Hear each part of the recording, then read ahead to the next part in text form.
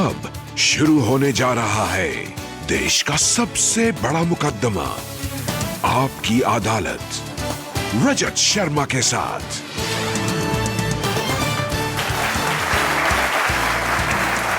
नमस्कार, आपकी अदालत में आपका स्वागत है।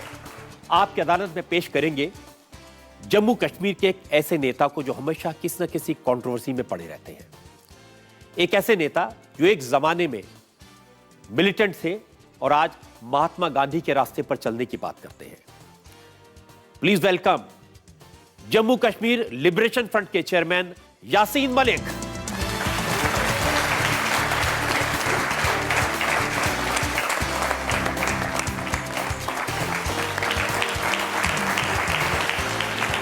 और यासीन मलिक पर आज के खास मुकदमे के लिए हमने जज के तौर पर आमंत्रित किया है इंटरनेशनल फेम के जाने माने पत्रकार जावेद नकवी को। जावेद नकवी साहब,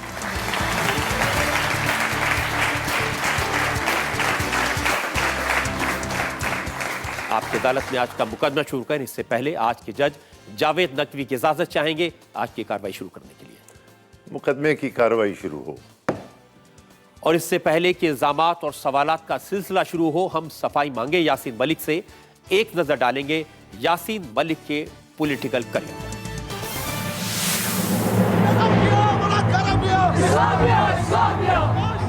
यासीन मलिक जम्मू कश्मीर के उन अलगाववादी नेताओं में शामिल हैं जिन्हें हाल ही में पाकिस्तान के हाई कमिश्नर ने मिलने के लिए बुलाया था।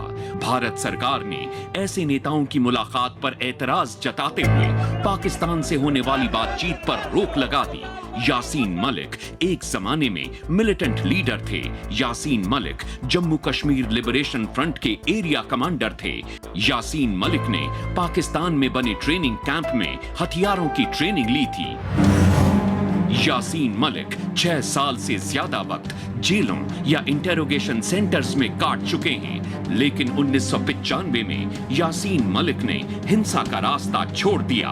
अब यासीन मलिक शांति के रास्ते से कश्मीर समस्या का हल निकालने की कोशिश में लगे हैं। JKLF के चेयरमैन यासीन मलिक आपकी अदालत में अपनी पैरवी खुद करेंगे। मुकदमा शुरू होता है। आपकी अदालत में पहला इल्जाम यासीन मलिक पर। आपकी अदालत में JKLF के चेयरमैन यासीन मलिक पर इल्जाम है कि ये शांति के दुश्मन हैं। यासीन साहब, जब नरेंद्र मोदी प्राइम मिनिस्टर बने, उन्होंने नवाज शरीफ को हिंदुस्तान बुलाया तो अपनी तरफ से एक शांति का रास्ता, पीस प्रोसेस शुरू किया था उन्होंने। आपने पीस प्रोसेस को स्पॉइल कर दिया जो नरेंद्र मोदी ने शुरू किया था। जी, हमने पीस प्रोसेस को स्पॉइल नहीं किया, बल्कि हम पीस प्रोसेस को स्ट्रेंथन करना चाहते, क्योंकि पीस प्रोसेस का मतलब क्या है, जितने भी पाकिस्तान से जो भी आया, चाहे प्राइम मिनिस्टर साहब आए, प्रेसिडेंट साहब आए, फॉरेन मिनिस्टर आए या फॉरेन सेक्रेटरीज आए, उन लोगों ने कश्मीर के लोगों से बातें की और हिंदुस्तानी स्टेट ने उसको फैसिलिटेट। लेकिन निजाम बदल गया, आप समझे नहीं। अभी नवाज शरीफ साहब आए थे, उन्होंने आपसे बात नहीं की, उन्होंने इस बार सेपरेटिस्ट को नहीं बुलाया। देखिए, निज़ाम नहीं बदला है, पॉलिसी बदली है।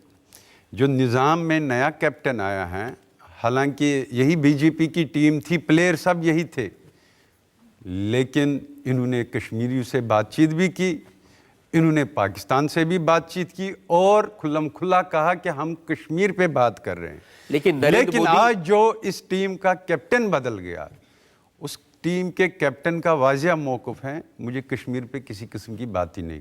और ये बात हमको समझ में आई और हम लोगों को अपनी ही तहरीक को मजबूत करना है। बातचीत के अमल में कोई, प्राइम मिनिस्टर ने ये नहीं कहा कि कश्मीर पर किसी से बात नहीं करनी। प्राइम मिनिस्टर ने कहा कि कश्मीर से पाकिस्तान पर बात हो सकती है, लेकिन इसमें आपके जैसे सेपरेटिस्ट का कोई रोल नहीं है। देखिए, वही तो मैं कह रहा हूँ, या तो वो ये कहे जो इससे पहले 7 प्राइम मिनिस्टर थे, उन सबों ने गलत प्रेसिडेंस इख्तियार की थी, उन्होंने गलत फैसले किए।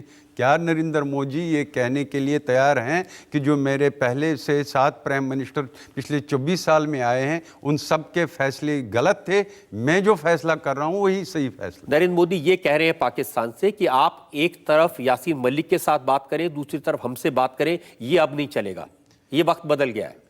ये उसके लिए वक्त बदला क्योंकि ये उसका मौक़िफ़ है, अपना ज़ाती मौक़िफ़। वो इस मौक़िफ़ के साथ आगे बढ़ना चाहते हैं जो उन्होंने कश्मीरियों को मैसेज दी हैं। आपको ये ठीक लगेगा कि बलूचिस्तान में जो लोग सेपरेटिस्ट की बात करते हैं, जो बलूचिस्तान में विद्रोह के लोग हैं, उनसे हिंदुस्तान के हाई कमिश्नर पाकिस्तान में बैठ के बात करें, वो ठीक है? देखिए, मैं आपको एक बात बताऊँगा, हिंदुस्तान में इतनी सारी स्टेटें हैं, बहुत सी स्टेटों में तनाज़ात हैं, लेकिन हमने कभी भी उनकी बात नहीं की है। इसी तरह पाकिस्तान में स्टेट है, कश्मीर जो है, कौन लेकर गया यूनाइटेड नेशन में कश्मीर को? ये तो हिंदुस्तान के प्राइम मिनिस्टर साहब थे जिनने चिट्ठी लिखी। इसको इंटरनेशनलाइज किसने किया? जो यूनाइटेड नेशन के दफ्तर श्रीनगर और उस वाले कश्मीर में हैं, वो किसने लाया? ये तो हिंदुस्तान ने लाया। हिंदुस्तान ने इसको इंटरनेशनल कम्युनिटी में ले गए, पंडित जवाहरलाल नेहरू जी थे, और वहाँ पर इस पर फिर रेजोल्यूशन पास। यासीन साहब, आप जवाहरलाल नेहरू प्राइम मिनिस्टर नहीं है, अब नरेंद्र मोदी प्राइम मिनिस्टर है।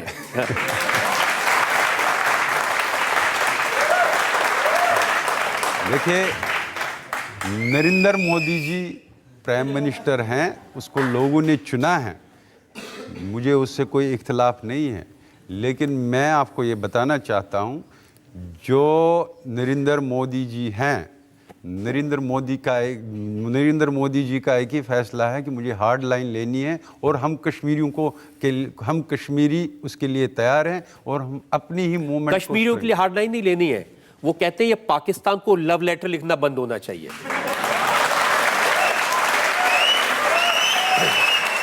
देखिए, 2003 में मैंने जॉइंट लव लेटर लिखा था पाकिस्तान के हेड ऑफ द स्टेट और अटल बिहारी वाजपेयी जी, और ये पहला जॉइंट लव लेटर था।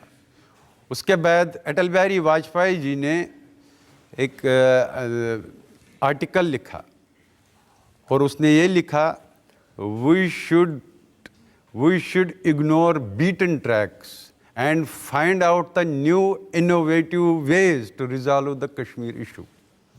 उसने भी यही बात की कि मुझे मसले कश्मीर। आप कभी नेहरू जी की बात करते हैं, कभी वाजपेयी जी की बात करते हैं, आप ये क्यों भूल जाते हैं कि इस समय एक सख्त आदमी हिंदुस्तान का प्राइम मिनिस्टर है? मैं यही कह रहा हूं कि आज यहाँ ना नेहरू है ना अटल बिहारी वाजपेयी, यहाँ आज नरेंद्र मोदी जी हैं, और नरेंद्र मोदी जी को लगता है कि मैं सख्त तरीन लाइन लेकर शायद कश्मीर की तहरीक को ख़त्म कर सकता हूं। दुनिया की तवारीख गवाह हैं, फ़ौजी ताकत इस्तेमाल करके किसी भी कौम को आज तक दबाया नहीं जा सकता, किसी भी तहरीक को ख़त्म नहीं किया जा सकता।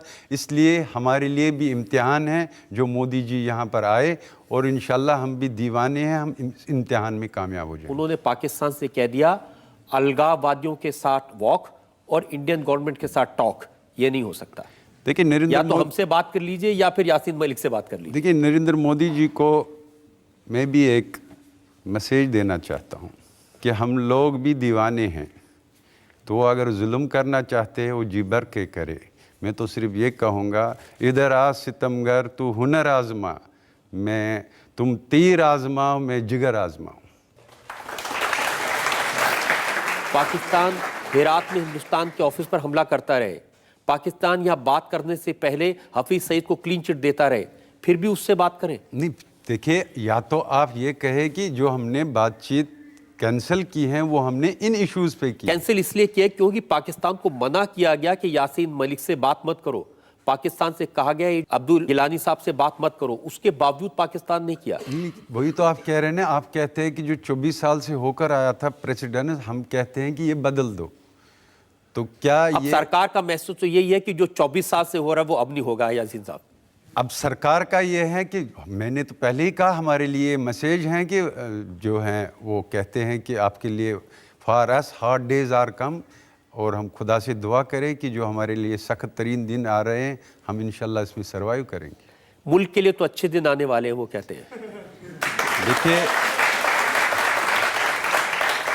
हिंदुस्तान के लिए हमने कभी भी हिंदुस्तान के लिए कोई बद्दुआ नहीं की, क्योंकि यहाँ हिंदुस्तान में ऐसे हज़ारों हिंदुस्तानी शहरी हैं जो हमारी मूवमेंट को भी सपोर्ट कर रहे हैं। इसलिए हम कभी नहीं चाहेंगे कि हम हिंदुस्तान के लिए कोई बद्दुआ करें। लेकिन नरेंद्र मोदी जी को फिर एक बात कहूँगा, ऐसा एटमॉस्फेयर क्रिएट हो रहा है जिसको फैज़ अहमद फैज़ ने 2 लाइनों में बंद किया है निसार तेरी गलियों पे वतन के जहाँ, चली है रस्म कि कोई सर उठा के न चले, जो कोई चाहने वाला तेरे तवाफ को निकले, नज़र चुरा के चले, जिस्म व जान बचा के चले। मुझे लगता है नरेंद्र मोदी जी ऐसा माहौल पैदा करने, लेकिन वो शायद गुड गवर्नेंस दे सकते हैं, लेकिन हार्ड लाइन अप्रोच से वो किसी कौम को तहरीक को ख़त्म नहीं कर सकते। चलिए, उम्मीद करते हैं कि इसका जवाब नरेंद्र मोदी देंगे, लेकिन मेरे पास इल्जामात की फहरिस्त बहुत लंबी है। यासीन साहब, हम एक ब्रेक के रुकेंगे और ब्रेक के बाद यासीन मलिक पर इल्जामात और सवालात का एक और सवाल। यासीन साहब, पाकिस्तान के हाई कमिश्नर ने आपको बुलाया, तुमने पुकारा और हम चले आए। यासीन साहब, आप हिंदुस्तान में रहते हैं, यहाँ का नमक खाते हैं, यहाँ की रोटी खाते हैं, यहाँ की हवा में सांस लेते हैं, यहाँ का पानी पीते हैं, लेकिन बात करने के लिए बार बार पाकिस्तान भागते हैं।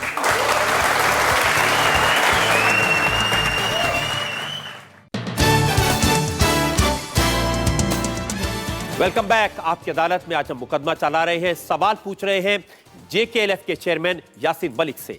आपकी अदालत में अगला इल्जाम। आपकी अदालत में JKLF के चेयरमैन यासीन मलिक पर इल्जाम है कि ये पाकिस्तान के इशारों पर चलते हैं। यासीन साहब, पाकिस्तान के हाई कमिश्नर ने आपको बुलाया, तुमने पुकारा और हम चले आए।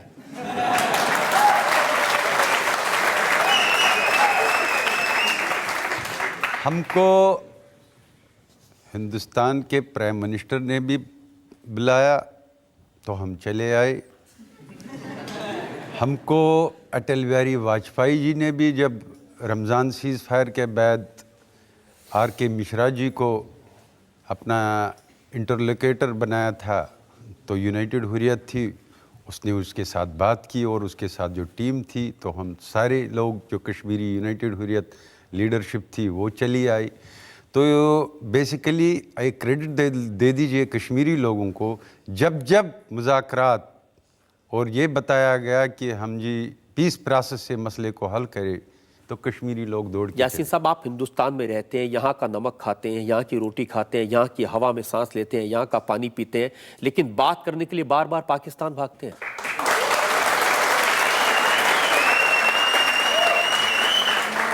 हम दोनों मुल्कों के पास चले जाते हैं कि भाई 1947 से कश्मीरी कौम इस डिस्प्यूट की वजह से तबाह हो चुकी है। कश्मीरी लोगों की एक मुश्तरका आवाज़ है, हम डिस्प्यूट में नहीं रहना चाहते हैं, बल्कि कश्मीर के मसले को हल करो। इसलिए हम बार बार पाकिस्तान भी और हिंदुस्तान भी, हिंदुस्तान के मुख्तलिफ शहरों में, मैं एक वाहिद कश्मीरी लीडर हूँ, शायद कोई मुस्लिम लीडर नहीं मिल सकता है RSS को। मैंने RSS के साथ भी 5 घंटे की तवील मीटिंग की थी 2010 में। यासीन साहब, तो हम उनके पास भी चले आए ताकि कश्मीर के मसले का किसी किस्म का हल निकले। लेकिन आप उस पाकिस्तान से बात करते हैं जो ओसामा बिन लादेन को पनाह देता है। देखिए रजत जी, आपको हिंदुस्तान के साथ जब हम इनके बुलावे पे चले आए तो आपको ऑब्जेक्शन नहीं है। जब वो बुलाए जिनको आप फ्रीक मानते हैं, मैं तो फ्रीक आप नहीं। कहते हैं, उस वक्त आप कहते हैं आप जी उनके एजेंट हैं। फिर तो पाकिस्तान का भी कोई इसी तरीके से साफ ही होगा। जब हम हिंदुस्तान जाते हैं वो कहेगा जी आप हिंदुस्तान के यासीन एजेंट साहब, हैं। जो आदमी, तो ये कश्मीरी लोगों की जो ये हालत बनाई गई यासीन कि साहब, भाई यहाँ जाए तो आपको कहेंगे जी हिंदुस्तानी एजेंट, उधर जाएंगे तो आपको कहेंगे यासीन पाकिस्तानी साहब, आप एजेंट। भूल रहे हैं, हिंदुस्तान ने कभी टेररिज्म को बढ़ावा नहीं दिया। ओसामा बिन लादेन पाकिस्तान में पकड़ा गया था, दाऊद इब्राहिम कराची में रहता है, हाफिज सईद लाहौर में घूमता है। ये सब आतंकवादी हैं जो पूरे दुनिया में रिकॉग्नाइज्ड हैं।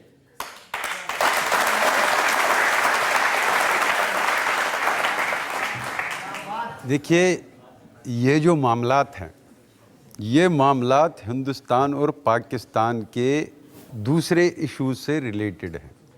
फिर अगर हिंदुस्तान को ये ज़्यादा कंसर्न है तो हिंदुस्तान क्यों निकला है पाकिस्तान के साथ बात करने के लिए? या तो हिंदुस्तान का एक वाजिया मौक़िफ़ हो। हिंदुस्तान ने बातचीत कैंसिल की, कश्मीरियों से क्यों मिले?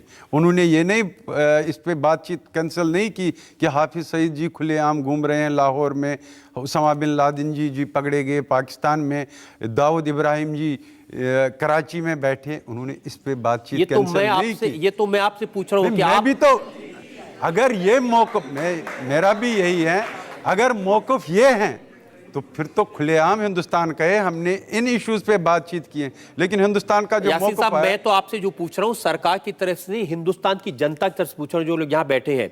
जब पाकिस्तान हमारे सैनिक हेमराज को पकड़ लेता है, उसका सिर काट करके बॉडी भेज देता है, पाकिस्तानी सैनिक उसका सिर ले जाते हैं, तो बहुत दर्द होता है हिंदुस्तान के लोगों को। और जब उस पाकिस्तान से बात करते हैं तो बहुत नाराजगी होती है।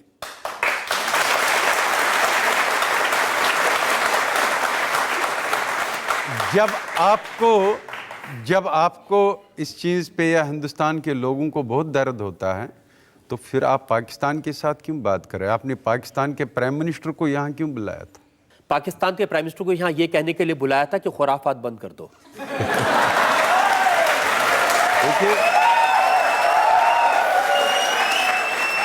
देखिए ये परसेप्शंस हैं कि कौन किस तरीके से प्रोजेक्ट करते हैं। जब पाकिस्तान ये कहता है कि वो यासीन मलिक को डिप्लोमेटिक सपोर्ट देता है, मॉरल सपोर्ट देता है, तो फिर हिंदुस्तान की सरकार को प्राइम मिनिस्टर को बुला के कहना पड़ता है कि ये काम बंद करो।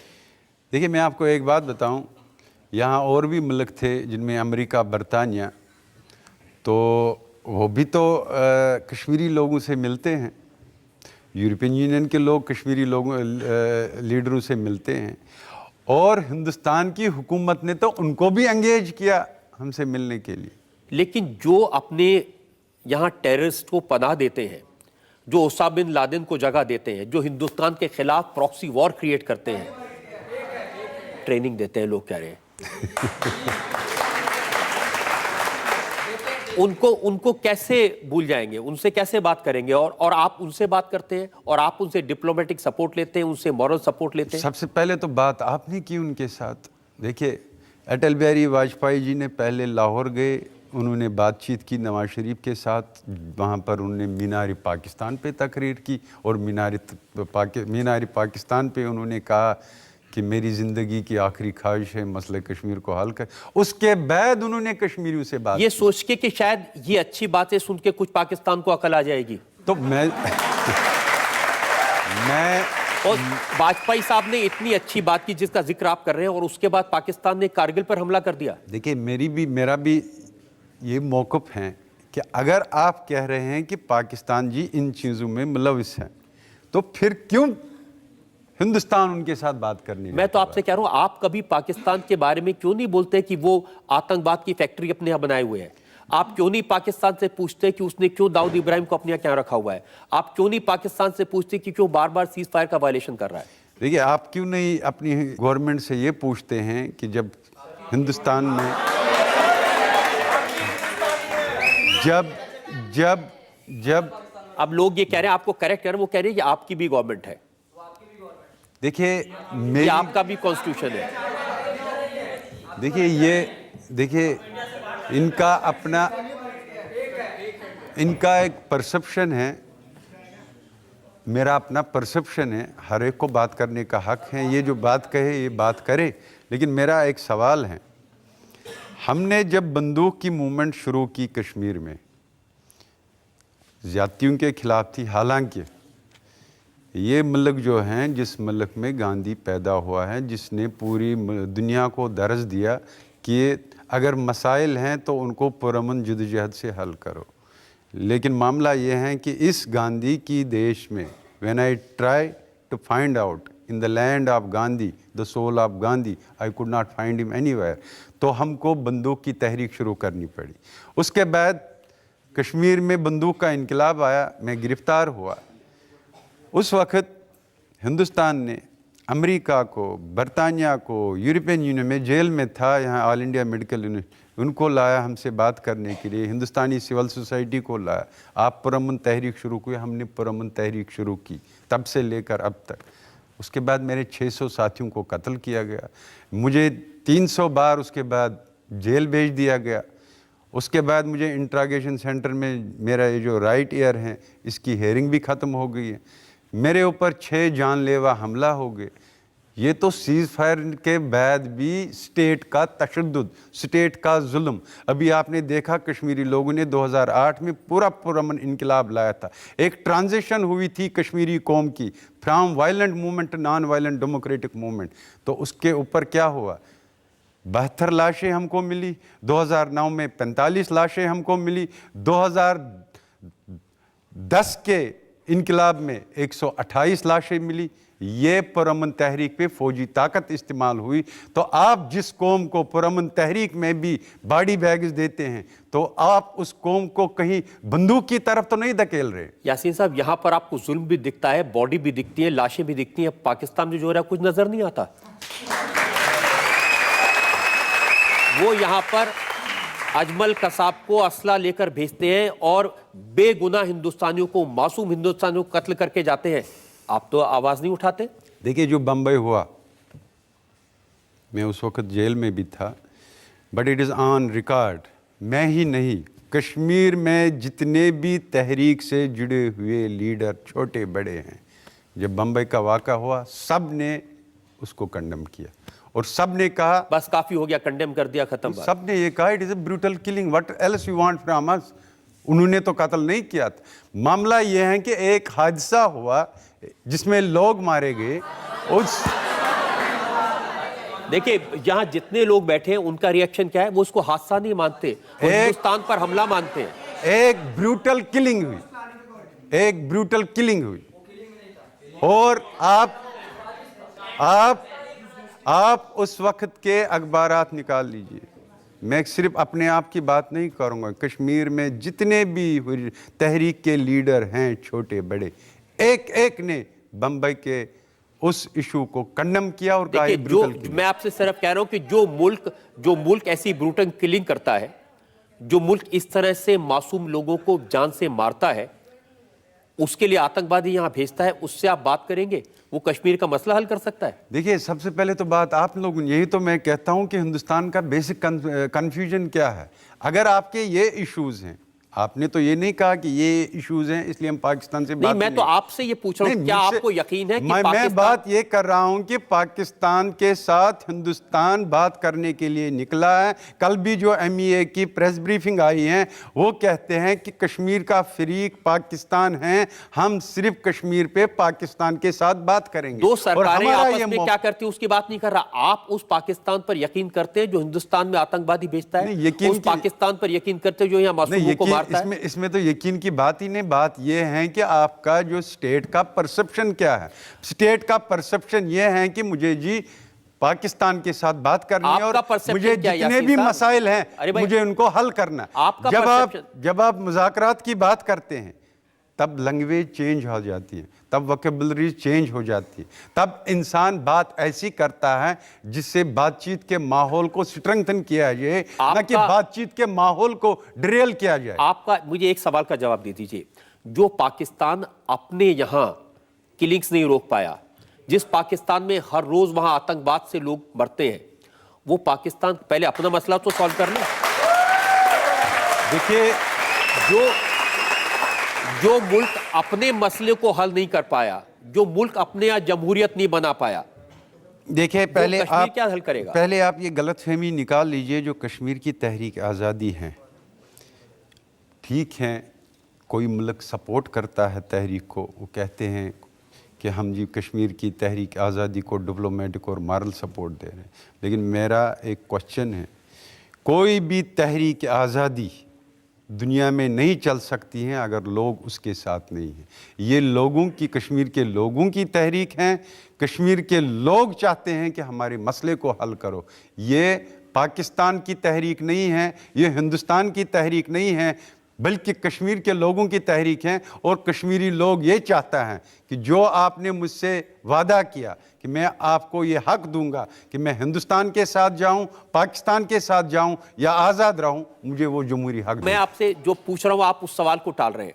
क्या आपको लगता है पाकिस्तान जो अपना मुल्क नहीं संभाल सका, वो आपको कश्मीर का मसला हल करने में मदद कर सकता है? देखिए, पाकिस्तान एक सॉवरेन कंट्री है, उसके अपने मसाइल क्या हैं, मुझे कोई हक नहीं है उसके आपस के अपने उनके मसाइल में दखल दें। मैंने क्या यहाँ पर हिंदुस्तान के किसी स्टेट का इशू यहाँ पर उठाया? मैंने कोई इशू यहाँ पर उठाया? इसलिए मुझे कोई हक ही नहीं बनता है ना हिंदुस्तान के अंदरूनी मामलात में किसी किस्म की दखल देना, न पाकिस्तान के मामला। मेरा सिर्फ कश्मीर से रिलेटेड हैं। मैं ये सिर्फ चाहता हूं कि जो मेरी कौम है वो कश्मीर नजात चाहती हैं, कश्मीर के डिस्प्यूट से वो कहती है हमारे मसले को हल करो। मैं आपको एक हादसा बता देता हूं। जब मैं पाकिस्तान में गया तो वहां पर मुझे एक पत्रकार ने सवाल पूछा हजारों लोगों के सामने। उसने कहा कि बहुत सारे लोग ऐसे हैं पाकिस्तान में जो समझते हैं कि कश्मीर के बिना पाकिस्तान अधूरा है, आपका क्या राय है? तो मैंने कहा हिंदुस्तान में बहुत सारे ऐसे लोग हैं जो समझते हैं कि पाकिस्तान के बिना हिंदुस्तान अधूरा है।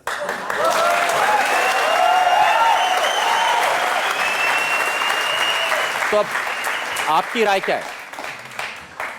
देखिए, हिंदुस्तान ये कहता है ये मेरा अटूट अंग है, ये मेरा ताज है। पाकिस्तान कहता है ये मेरी शहरग।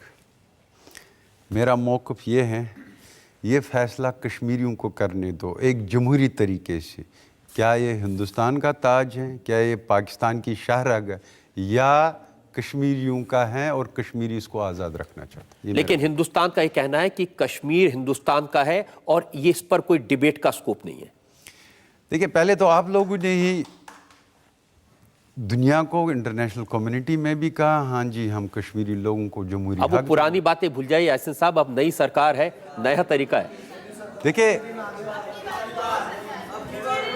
अगर आप मुझे ये कहना चाहते हैं कि अब जो यहाँ पर मोदी जी की सरकार हैं इसमें अब बात करने को भी इजाज़त नहीं होगी, तो मैंने पहले ही अर्ज़ किया बात तो हम करेंगे, लेकिन ये मैं मानता हूँ कि जो आपकी यहाँ पर सरकार हैं उसने ये साफ कर दिया है कि हमारा अप्रोच बड़ा हार्ड होगा और हम इस हार्ड अप्रोच के लिए तैयार हैं। देखिए, जहां तक बात की बात है, आप जनता के सामने बैठे हैं, आप अपनी बात कह रहे हैं, आपकी बात सुनेंगे, पूरा हिंदुस्तान आपकी बात सुन रहा है और ज़रूर आपकी बात के ऊपर विचार भी करेंगे। यहाँ जो लोग हैं इनसे पूछते हैं ये लोग क्या सवाल पूछना चाहते हैं। जी, बहुत सारे लोग हैं। जी हाँ, थर्ड रो में। आप फुली सपोर्ट करते हैं कि कश्मीर को पाकिस्तान के अंडर कर दिया जाए, तो सर आप मुझे ये बताइए कि जो फैसिलिटीज़ इंडिया आपको प्रोवाइड कर रहा है, क्योंकि मैं खुद जम्मू और कश्मीर से हूँ, और अगर वहाँ पे जॉब वैकेंसी निकलती है तो सबसे पहले कश्मीरी मुस्लिम्स और कश्मीरी पंडित्स को दिया जाता है मौका, और आप किसी भी वहाँ पे गवर्नमेंट चले जाइए इंस्टीट्यूट में और मोस्टली आपको 50-60% कश्मीरी ही मिलेंगे वहाँ पे, तो तब भी आप क्या आपको वो सारी चीज़ें पाकिस्तान में मिलेंगी जो आप पाकिस्तान को सपोर्ट करते हैं? मैं जवाब दूं? देखिए मेरी बहन, आप पढ़ी लिखी हो, कम से कम अगर आपने मेरे मुतलिक पढ़ा है, मेरी तंजीम के मुतलिक, हमारा एक वाज़िया मौक़िफ़ है, कोई ढका छुपा मौक़िफ़ नहीं है। हम चाहते हैं इंडिपेंडेंट कश्मीर, हम ना पाकिस्तान के साथ ना हिंदुस्तान। बट सर आप तो मेरी बात सुनिए ना, बोलने मेरी दीजिए, बात फिर आप सुनिए ना, पूछ पूरी लीजिए। बात सुन लीजिए। जी सर। ये हमारा मौक़िफ़ है, पॉलिटिकल बिलीफ है। साथ ही साथ हम ये कह रहे हैं, जो अभी आपने अब दूसरी बात की, कि ये कश्मीरी लोगों का हक है। वो अगर हिंदुस्तान के साथ जाना चाहते हैं शौक़ से जाए जमहूरी तरीके से, पाकिस्तान के साथ जाना चाहे शौक़ से जाए जमहूरी तरीके, लेकिन अगर यही कश्मीरी आज़ाद रहना चाहते हैं तो हिंदुस्तान और पाकिस्तान को इनको ये हक देना चाहिए अगर जमहूरियत में ये फैसला करें। ये हमारा मौक़िफ़ है। लेकिन यासीन साहब, आपकी बातों से लगता है कि ये सिर्फ कहने के लिए है, असल में दिल पाकिस्तान के साथ है।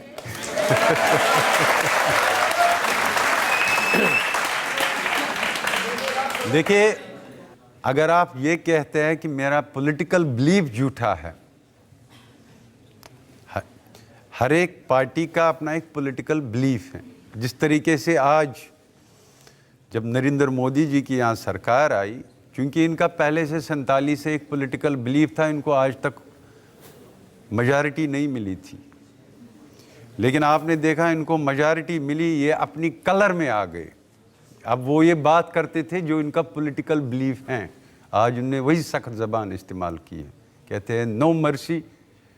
हमको सिर्फ जब वो पाकिस्तान के खिलाफ सख्त जबान करते हैं, आपको क्यों तकलीफ होती है? नहीं, तकलीफ में ये है, उन्होंने तो पाकिस्तान के खिलाफ कोई सख्त जबान ही नहीं इस्तेमाल की। उन्होंने पाकिस्तान से उन्होंने कहा तो कल भी कहा कि हमको पाकिस्तान फ्रीक है कश्मीर का, कश्मीरी नहीं। उन्होंने पाकिस्तान से कहा कि हम आपसे बात नहीं करेंगे। आप MEA की कल की प्रेस ब्रीफिंग देख लीजिए, उन्होंने कहा सिर्फ पाकिस्तान फ्रीक है, कश्मीरी नहीं।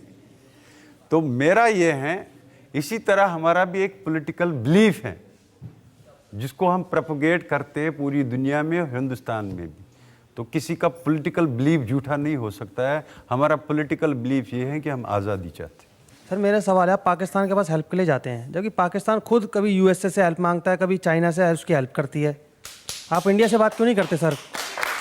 उनका सवाल ये है कि पाकिस्तान तो खुद ही कभी अमेरिका से मदद मांगता है, कभी चाइना के पास भीख मांगता है, वो आपकी क्या मदद करेगा?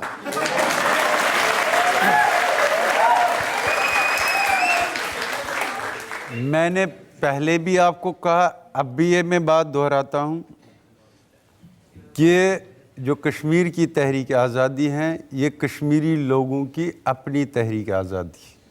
हम पाकिस्तान के पास भीख मांगने के लिए नहीं जाते, क्योंकि इस तहरीक में कश्मीरी लोगों की अपनी जानें गई हैं जो अभी तक जा रही।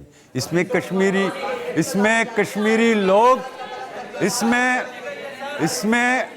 कश्मीरी लोग कुर्बानियाँ दे रहा है, और हर कश्मीरी ने इस तहरीक में सफ़र किया है। और कोई भी कौम जो फर्दन कुर्बानियाँ दे रही होगी, वो आपको लगता है कि वो किसी मुल्क के पास जाएगी भीख मांगने के लिए? यासीन साहब, ये सब लोग ये कह रहे हैं कि एक बार नरेंद्र मोदी से बात करके देखिए, आपकी सारी प्रॉब्लम सॉल्व कर देंगे। हम एक और ब्रेक के रुकेंगे, और ब्रेक के बाद आपकी अदालत में यासीन मलिक पर इल्जामात और सवालात का एक और दौर। यासीन साहब, ये सब जानते हैं कि आप कहते तो हैं कि अब मैं गांधी जी के रास्ते पर चलूंगा, लेकिन जब प्रैक्टिकल देखते हैं तो आपकी दोस्ती है हाफिज सईद से, आप करते वो है जमात इस्लामी चाहता है, आप करते वो है जो जमातुल दावा चाहता है। अटल बिहारी वाजपेयी जी ने, देखिए आप मुझे तो हाफिज सईद के बारे में बताइए। मैं इसी की तरह आ रहा हूँ।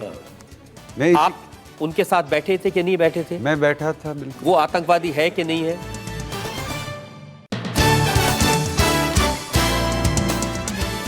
Welcome back. आपकी अदालत में आज हमारे मेहमान हैं JKLF के चेयरमैन यासीन मलिक। आपकी अदालत में अगला इल्जाम।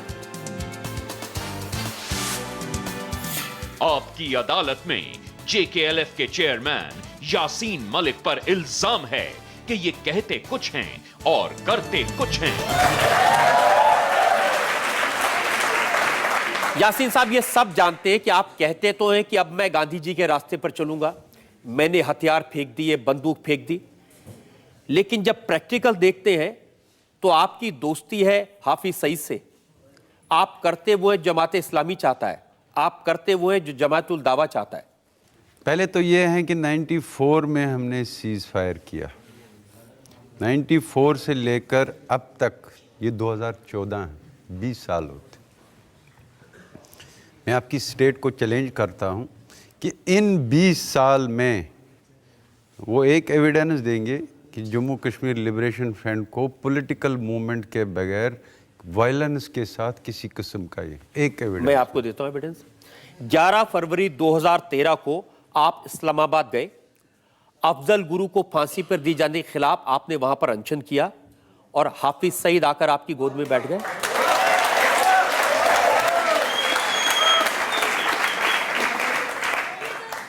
तस्वीरें हैं, आप चाहें तो मैं दिखा सकता हूं आपकी और हाफिज सईद की तस्वीर।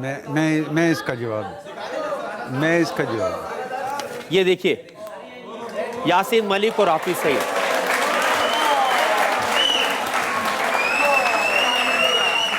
ऐसे बैठे जैसे दो बिछड़े भाई भाई सा मिले हुए।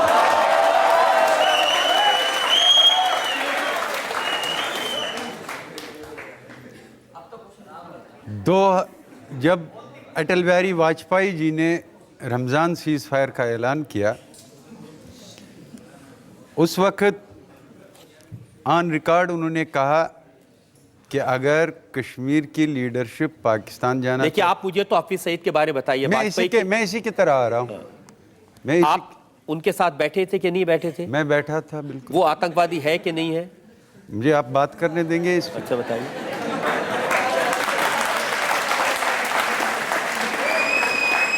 तो उस वक्त ऑन रिकॉर्ड वाजपेयी जी ने कहा था कि अगर कश्मीर की लीडरशिप पाकिस्तान जाना चाहती हैं, पाकिस्तानी लीडरों के साथ और मिलिटेंट लीडरों के साथ बात करने के लिए, ताकि एक जेन्युइन पीसफुल एटमॉस्फेयर पैदा हो जाए।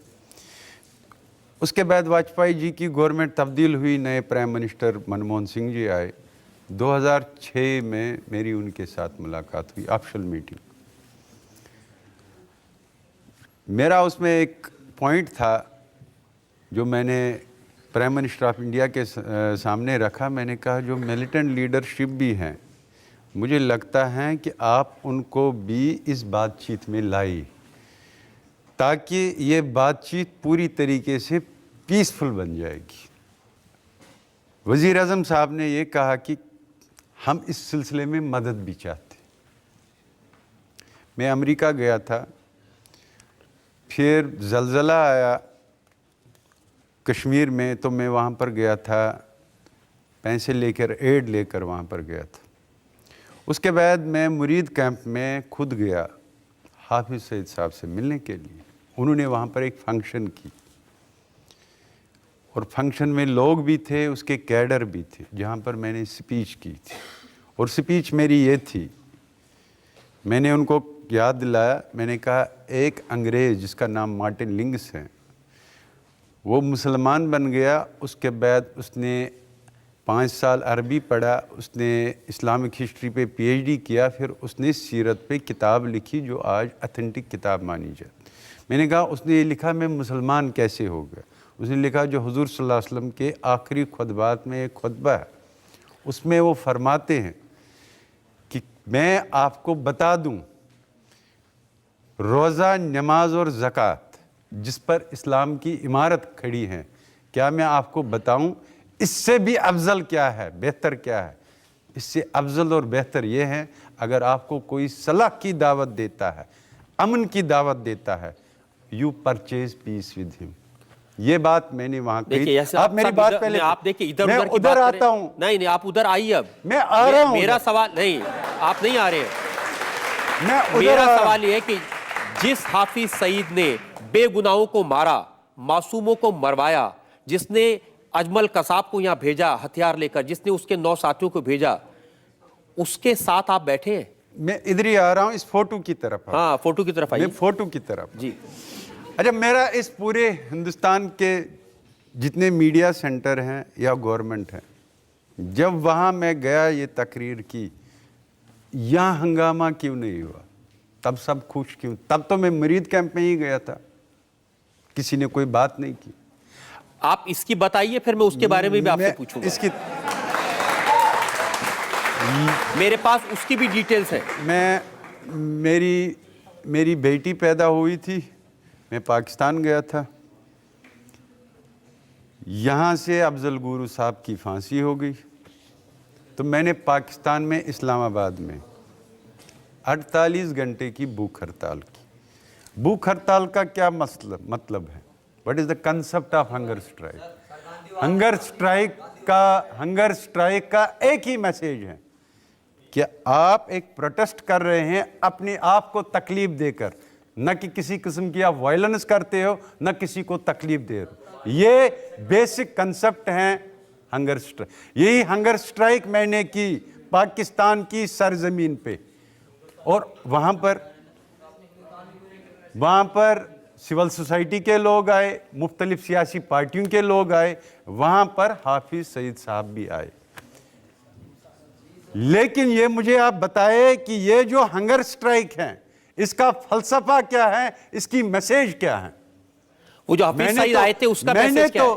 मैंने तो वहां किसी को भी नहीं बुलाया था। जितने भी लोग आए वो खुद आए, लेकिन जो ये हंगर स्ट्राइक का कैंप था, इस हंगर स्ट्राइक की मैसेज और कंसेप्ट क्या है? इसका एक ही मैसेज है कि आप पुरअमन तरीके से अपना प्रोटेस्ट दर्ज करवा। काश वो हंगर स्ट्राइक आपने बंबई हमले के बाद हिंदुस्तान में किया होता, तो आप यहाँ पर वाही वाही लूट रहे होते, आपके ऊपर इतने सवालात के इल्जामात नहीं चल रहे होते। देखिए, मैंने पहले भी अर्ज किया, आप मुझे ये भी कह सकते हैं जी, जो पाकिस्तान में जब मारे जा रहे लोग, आप उस पर भी क्यों नहीं हंगर स्ट्राइक करते?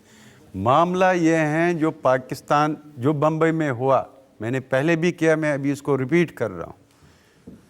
खाली यासीन मलिक नहीं, कश्मीर में जितने भी तहरीक के लीडर हैं, उन सबों ने बम्बई के इंसिडेंट को कंडेम किया और ये कहा कि ब्रूटल किलिंग। यासीन साहब, उन्होंने कहा कि अफजल गुरु को फांसी दे दें तो आप हंगर स्ट्राइक करेंगे, और मुंबई में हमला हो जाए तो हाफिज सईद के खिलाफ आप कुछ नहीं कहेंगे, आप हंगर स्ट्राइक नहीं करेंगे। भाई साहब, अगर मैं भी आपसे एक बात पूछूं, आप हिंदुस्तान के शहरी हो, जब गांधी जी यहाँ पर लड़ाई लड़ रहे थे तो बरतानिया से ये जो शहरी हैं वो भी उसके साथ खड़े हो जाते हैं। मैं भी अगर आपको एक बात पूछूं, 1 लाख कश्मीरी कत्ल किए गए, बच्चे, बूढ़े, औरतें, छोटे छोटे बच्चे। अगर मैं आपसे भी ये पूछूं, कश्मीर के हर मोहल्ले, कश्मीर के हर गांव और मोहल्ले में सिर्फ शहीदों के कब्रिस्तान नजर आते, भाई आप उसके लिए यहाँ क्यों नहीं सड़कों पे निकल आते हो? यासीन साहब, वो कत्ल करने के लिए आतंकवादी पाकिस्तान से आते हैं, कत्ल करने के लिए आतंकवादी सूडान से आते हैं। देखिए, मैंने पहले भी कहा, मैं अब भी रिपीट करूंगा, बम्बई में जो हुआ, मैं ही नहीं, कश्मीर के सारे लीडरों ने उसको कंडम किया और कहा ब्रूटल की। आज मैं आपसे पूछ रहा हूं, आज मैं शोर मचाने को तैयार हूं कि जिस आदमी ने हिंदुस्तान के खिलाफ जंग छेड़ी, उसके कैंप में आप गए, 4 घंटे वहां तक रहे, उस समय भी वो हिंदुस्तान का मोस्ट वांटेड आतंकवादी था। देखिए, एक बात मैं आपको बता दूं, जब उस वक्त मामला आगे बढ़ रहा था, आपके हिंदुस्तान में भी, पाकिस्तान में भी और दुनिया भर में और कश्मीर में भी एक पॉजिटिव वाइब्स थी कि शायद मसला अब हल की तरफ बढ़ रहा। मैं आपसे एक फाइनल सवाल पूछना चाहता हूं, क्या आपको लगता है कि हाफिज सईद जैसे लोग जो हिंदुस्तान के दुश्मन हैं, जो यहाँ पर आतंक फैलाते हैं, जो आतंकवादियों को तैयार करते हैं, उनसे किसी को भी बातचीत करनी चाहिए? क्या वो इंसानियत के दुश्मन नहीं है? क्या वो इस्लाम के दुश्मन नहीं है?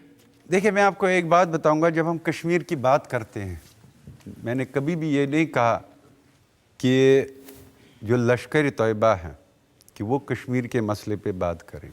ये मेरा मौक़िफ़ नहीं है। मेरा मौक़िफ़ ये है, जो मैंने जब प्राइम मिनिस्टर ऑफ इंडिया साहब से मैं मिला तो उनको भी मैंने, जब मैं अमेरिका गया व्हाइट हाउस में भी मैंने ये बात की, अमेरिका के स्टेट डिपार्टमेंट में भी मैंने कहा, जो कश्मीरी मिलिटेंट लीडरशिप हैं जिनका सरबराह सलाहुद्दीन है, मैंने कहा उनकी टॉक्स में शमूलियत ज़रूरी होनी चाहिए ताकि एक जेन्युइन पीसफुल एटमॉस्फेयर पैदा हो जाएगा जेन्युइन टॉक्स के लिए। ये मेरा मौक़िफ़। बाकी जब मैं हाफिज़ सईद साहब की बात करता हूँ, हाफिज़ सईद साहब से हमने यही बात उस वक़्त जब मैं मरीद कैंप में जब मैं गया, मैंने उसको यही बात कही थी जिसमें रसूलुल्लाह सल्लल्लाहु अलैहि वसल्लम को मैंने कोट किया था कि अगर इस वक्त 2 मुल्क और कश्मीरी बातचीत में आगे बढ़ रहे हैं, इस वक्त हमें पीसफुल एटमॉस्फेयर क्रिएट करना चाहिए। चलिए, उम्मीद करते हैं कि आपकी सलाह का कुछ तो असर पड़ेगा उन लोगों के ऊपर। एक और ब्रेक के लिए रुकेंगे और ब्रेक के बाद आपकी अदालत में यासीन मलिक पर इल्जामात और सवालात का एक और। कश्मीर में जितने भी लोग हैं वो चाहते हैं कि कश्मीर के मसले को हल करो।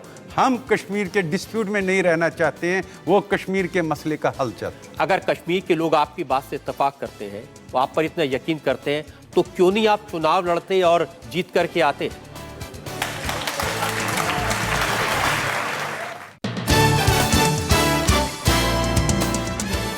Welcome back. आपकी अदालत में आज हम मुकदमा चला रहे हैं यासीन मलिक पर। आपकी अदालत में अगला इल्जाम। आपकी अदालत में जेकेएलएफ के चेयरमैन यासीन मलिक पर इल्जाम है कि ये डेमोक्रेसी में यकीन नहीं रखते। यासीन साहब, ये मैसेज मुझे भेजा है हिंदुस्तान में रहने वाले कश्मीरी पंडितों ने। उन्होंने कहा कि ये जो भोली सी सूरत है, जो खूबसूरत सी आंखें यासीन मलिक की, इसके पीछे खौफनाक चेहरा है। उन्होंने याद दिलाया कि जब कश्मीरी पंडितों को वहां से निकाला गया, उसमें आपका हाथ था। देखिए, अगर उसमें मेरा हाथ है तो इस पे एक्सक्लूसिवली एक अवामी अदालत बिठाई जाए, मैं उसमें शामिल पेश होने के लिए तैयार हूँ, जिसमें सारे कश्मीरी पंडित भाई बहन आए।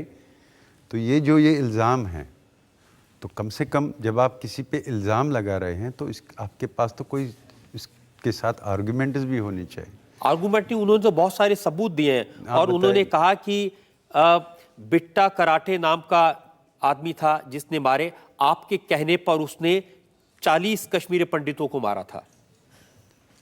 मुझे आप एक बात बताएं, 19 जनवरी 1990 को हमारे कश्मीरी पंडित बहन भाई और बुजुर्ग वहाँ से निकले।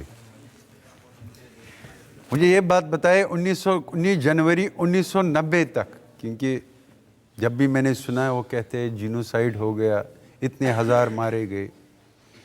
तो मुझे बताए जब वो वहाँ से निकले तो मुझे ज़रा आप लिस्ट दीजिए उन लोगों के नाम जो आप कहते हैं मारे गए। कम से कम तो उनका नाम दीजिए ना।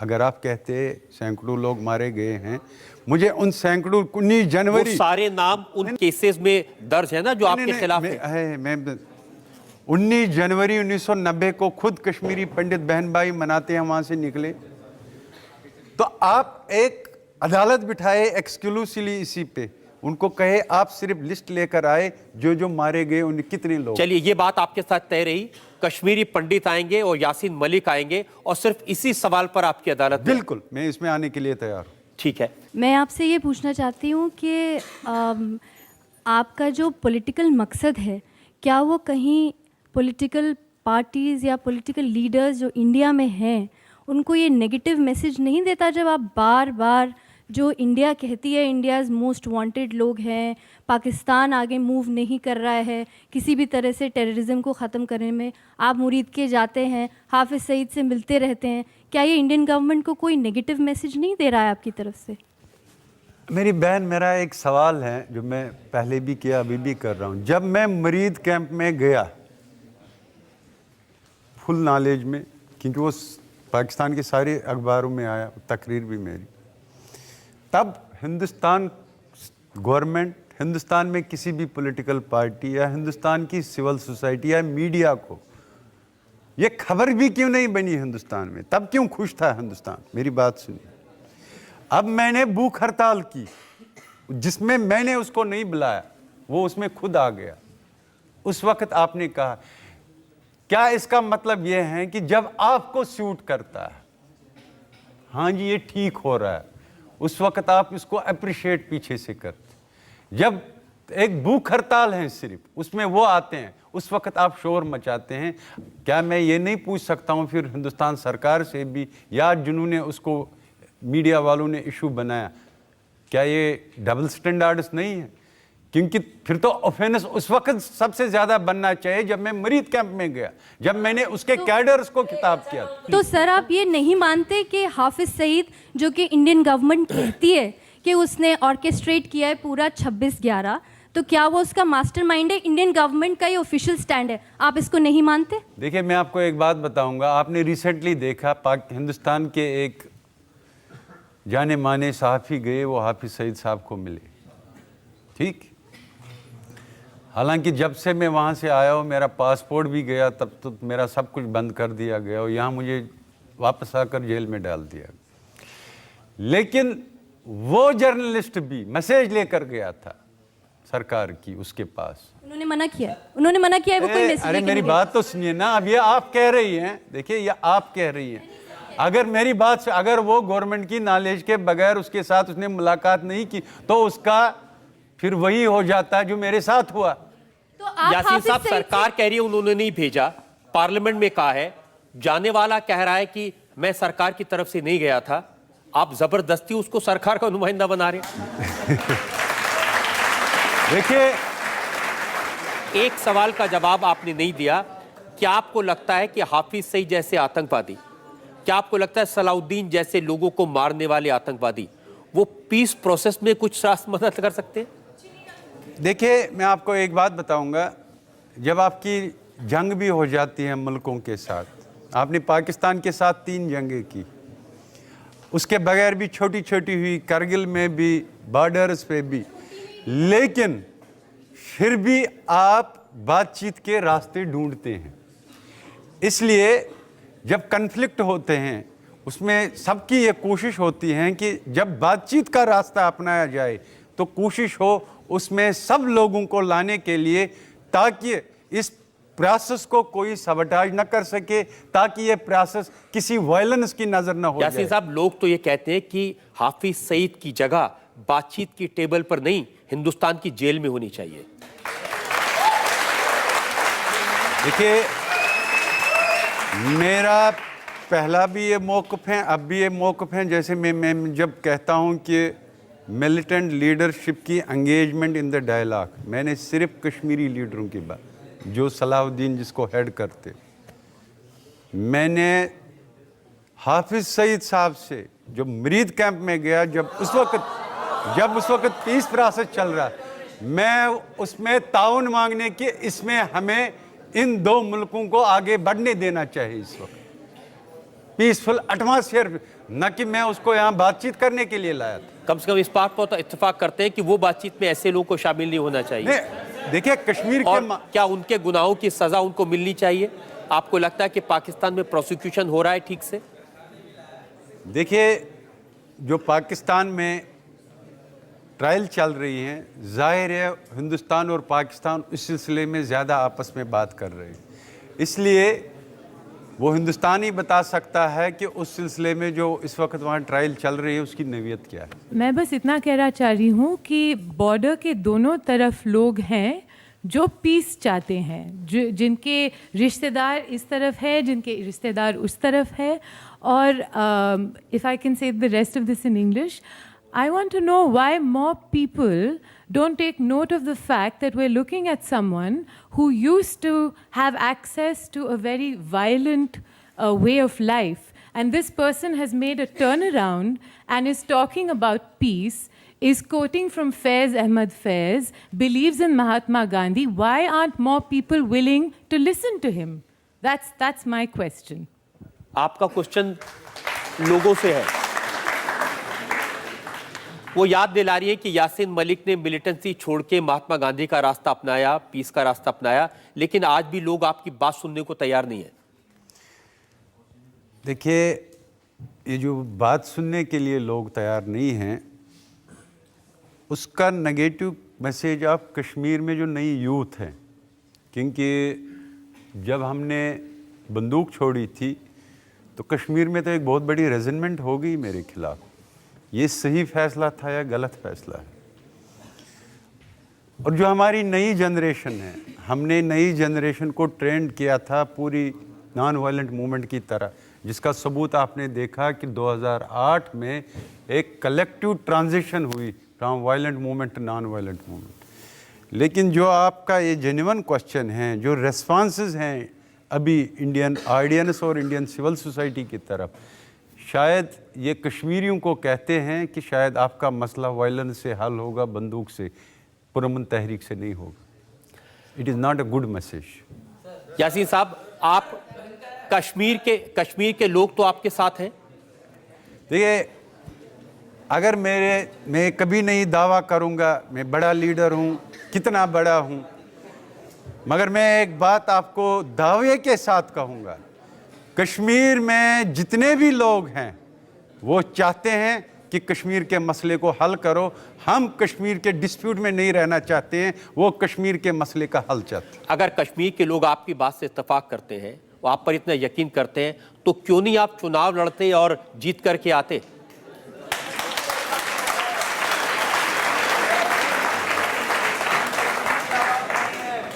अगर हमने 87 में एक एफर्ट की थी तो हमने उसका हशर देखा, हमने रेड 16 इंट्रोगेशन सेंटर और जेल देखी।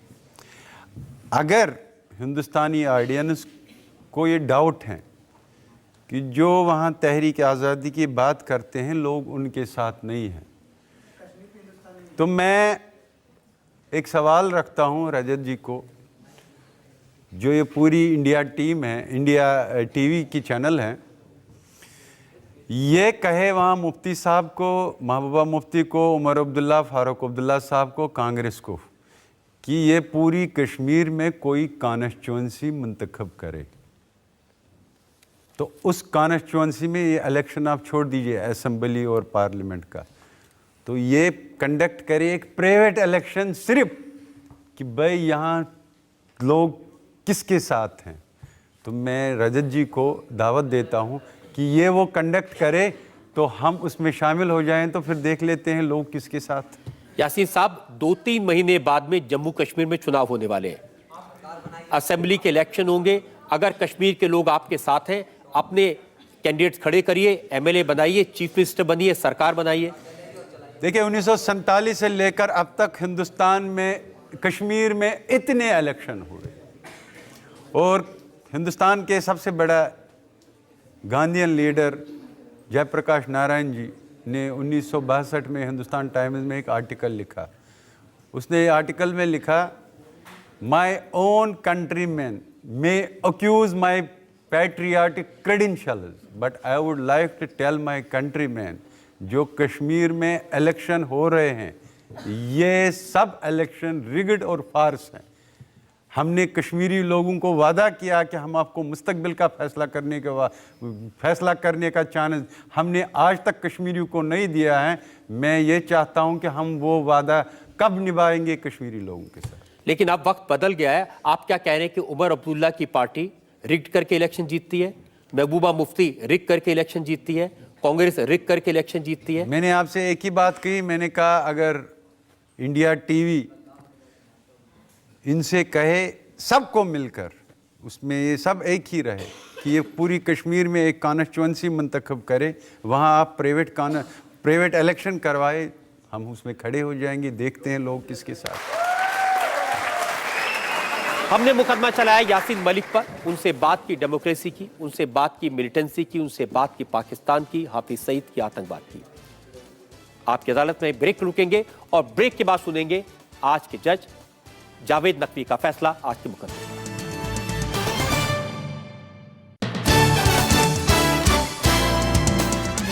Welcome back.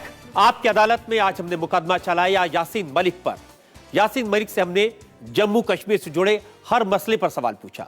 हमने उनसे पूछा मिलिटेंसी के बारे में, उनसे पूछा आतंकवाद के बारे में, पाकिस्तान हाई कमीशन के रोल के बारे में, हाफिज सईद के बारे में। अब वक्त है आपकी अदालत में आज के जज जाने माने पत्रकार जावेद नकवी के फैसले का। अदालत के ख्याल से मसले कश्मीर गालिब के इस नायाब शेर का मुस्तहक है, क्यों ना जन्नत को भी दोज़ख में मिला लें या रब, सैर के वास्ते थोड़ी सी जगह और सही। जहाँ तक आज के इस अहम मुकदमे का ताल्लुक़ है, अदालत तमाम दलीलों पर गौर करने के बाद इस नतीजे पर पहुंची है कि प्रधानमंत्री मोदी ने पाकिस्तान से बातचीत रोक के पिछले 10-15 साल से टूटी फूटी बेरोज़गार और इर्रेलेवेंट हुर्रियत लीडर्स को और पाकिस्तानी डिप्लोमेसी को वैली में और टीवी चैनल्स पे रेलेवेंट बना दिया है। लिहाजा अदालत मुल्ज़िम यासीन को हुक्म देती है कि वो कश्मीर की सबसे बेहतरीन मिठाई का एक बड़ा डिब्बा श्री मोदी को बतौर नजराना पेश करे।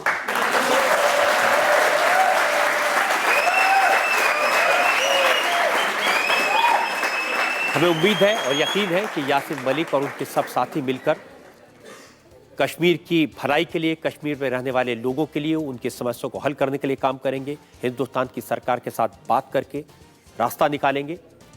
आज का मुकदमा यही खत्म करते हैं। अगले हफ्ते आपसे फिर मुलाकात होगी एक नई शख्सियत के साथ। तब तक के लिए नमस्कार।